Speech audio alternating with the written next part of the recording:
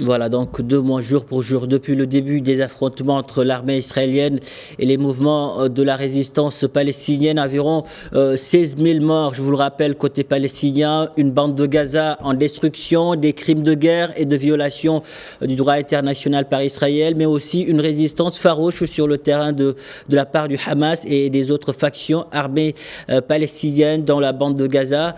Quelle perspective à cette guerre? Réponse avec Raja Barakat, expert en relations internationales. Elle a été l'invitée de la matinale.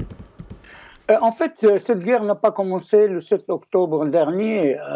Pendant les dernières années, la bande de Gaza a subi 6 agressions israéliennes. Et en fait, c'est la 7e agression israélienne qui a eu lieu et qui continue aujourd'hui. Vous avez parlé des chiffres. Je crois que ces chiffres-là ne présentent pas la réalité. Il y a beaucoup plus de martyrs qui sont tombés. On n'arrive pas à compter les martyrs qui sont tués à cause des bombardements israéliens, et notamment beaucoup d'enfants. Et on dirait que ce sont les enfants qui sont visés par l'armée israélienne.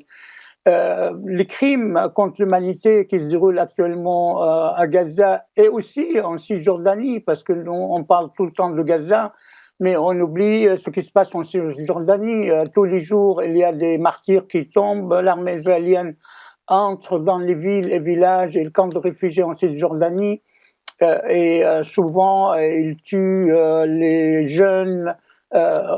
Hier, avant-hier, ils ont tué des jeunes devant leur mère, dans leur appartement, dans leur maison. Et les camps de réfugiés sont encerclés.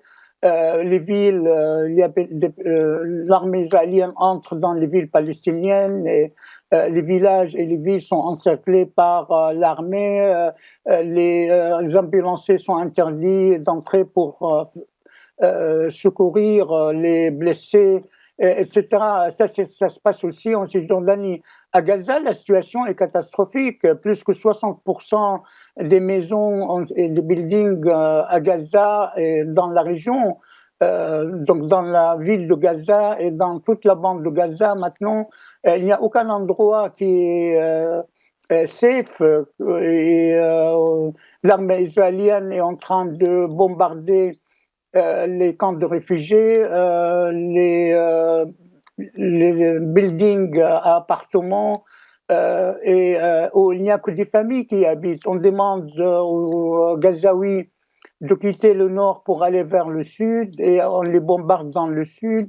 Et la situation est réellement catastrophique à un tel point que le secrétaire général des Nations Unies a demandé hier, il a adressé une lettre au Conseil de sécurité.